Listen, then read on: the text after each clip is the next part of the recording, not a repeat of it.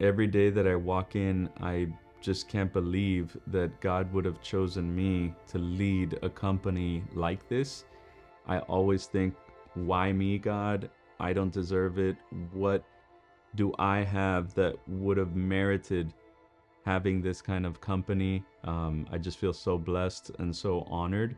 And I just want to do right by God and just do everything that I can to show that, I'm going to continue every day of my life dedicating myself to Him and His purpose, and that, I'm His disciple. I'm here. I'm God's servant. Every day that I look around and I see the amount of people that are working on something bigger, it is just an incredible reminder of what God's purpose really is, and how He can do great things even through other people that may not feel like they deserve it. There's always the story of Moses, of Jonah, of Peter, of Paul. People that were very flawed, and God chose them for a particular purpose and said, I need to accomplish something with you. I feel like that every day that I walk into my office and I look around and I say, God, why me?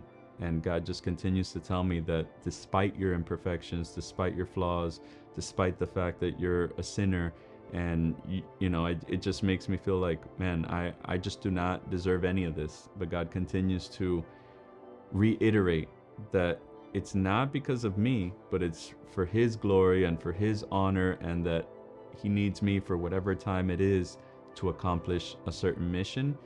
And that's what gives me peace and rest, knowing that God is going to continue doing that for as long as He needs to. The reason for this trip is God.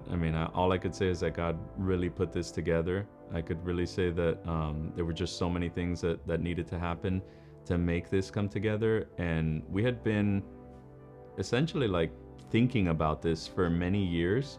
I had been talking to Pastor Freddie for years about doing something like this. It didn't really involve us going on our own as a law firm to this trip and taking employees.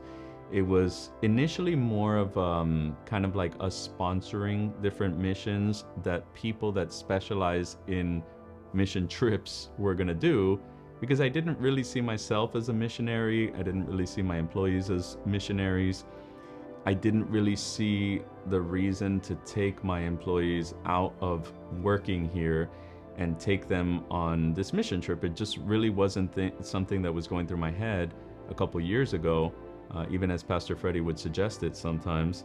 It was more like, this is a law firm, we got to run a business, and yes, we'll donate to whatever cause needs to be done, and let the people that do this handle this. And throughout the years, like, God had just kept putting in my heart that there's more to this, and He had been revealing to me little by little that there's more to this law firm, and there's a reason that He gave me this law firm to begin with.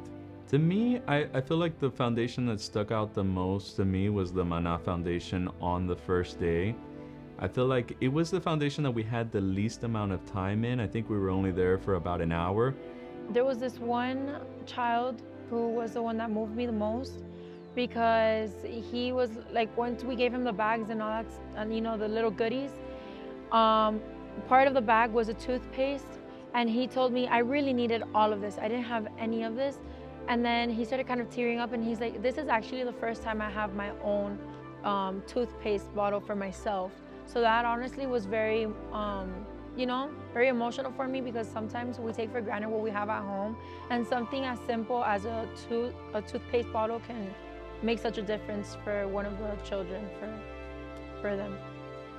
There was this one particular girl that I think we were all touched by, which was Valentina. She was just absolutely so sweet, and when she came up to us, she asked Jesus for $1, and Jesus was like, well, if I give you $1, I'm gonna have to give everybody $1. And then I guess somebody gave one of the kids $1, and she came back and she was like, oh my God, look, they gave them, $1, and Jesus gave her 5. And that girl just started to cry, and it was such an emotional experience, and to see her cry made me cry. The kids at the Mana Foundation were extremely humble. They were extremely grateful. Some of them got very emotional in the short amount of time that we were there. I saw several kids actually start crying just with some things that were just so simple that we were giving them, gifts that I would feel like maybe my kids would look at it and be like, oh, this is not what I wanted. Oh, this is not something that I would really want. Oh, I wanted something else, right? And it was just one simple toy for each of the kids, but to them it was like we had given them the latest and greatest toy that was out there, right? I really liked it. I ended up meeting these two girls that were like, I want to be in her group, and they were super kind. One of them wanted to be a doctor, Valentina, and then the other one, Sofia, wanted to be a model and a vet. And then I also just felt overwhelmed of emotions because it really showed me how much we take for granted, at least in our country, and how the simplest things, especially those kids that struggled with like emotional stuff, mental disorders, like past trauma experiences, we don't really look at that and say like, wow, kids are going through that like here. So it was just beautiful to see. I mean, all the kids that we met along the way were very grateful, but this particular foundation just really stood out because we were there just such a short amount of time, yet we connected with them, and a lot of the kids told us that they felt like they had a really good connection with us, and like if they had known us forever. Doing this with the company alone is once again a true blessing. I feel like the company is more than a company. It's more like a family. They want to make you feel included in everything. Especially I want to thank Alex, because at the end of the day, I don't see him, I see him as my boss obviously, but he's more than my boss. He's a leader. I think this trip has really helped us think about what we can do next. I think after coming back from this trip, my thought always is, okay, what is next? How do we move to the next step from here? Where do we go from here? What has this done for me personally? What has this done for our office? I didn't want it to end here. So that was the first thing that I told Pastor Freddie when we were organizing the trip. I told Freddie, I want to be involved in projects that have an everlasting purpose. I told Pastor Freddie, I don't want to just go and do a one-time thing, have some sort of connection with local people in the community for a couple of hours and then essentially come back to the United States and abandon them and not think of them ever again. I wanted a particular mission that we would be able to have a long-lasting impact, where we could create relationships that would last for a very long time, and essentially find projects where we can continue helping even from the United States. So that's what I was seeking there, is connection with different local community centers that have a particular need. And once we established a connection with them and with the kids and the parents and those that are less fortunate than us, we could identify what needs they have going forward and how can they reach more people and how can we help in that.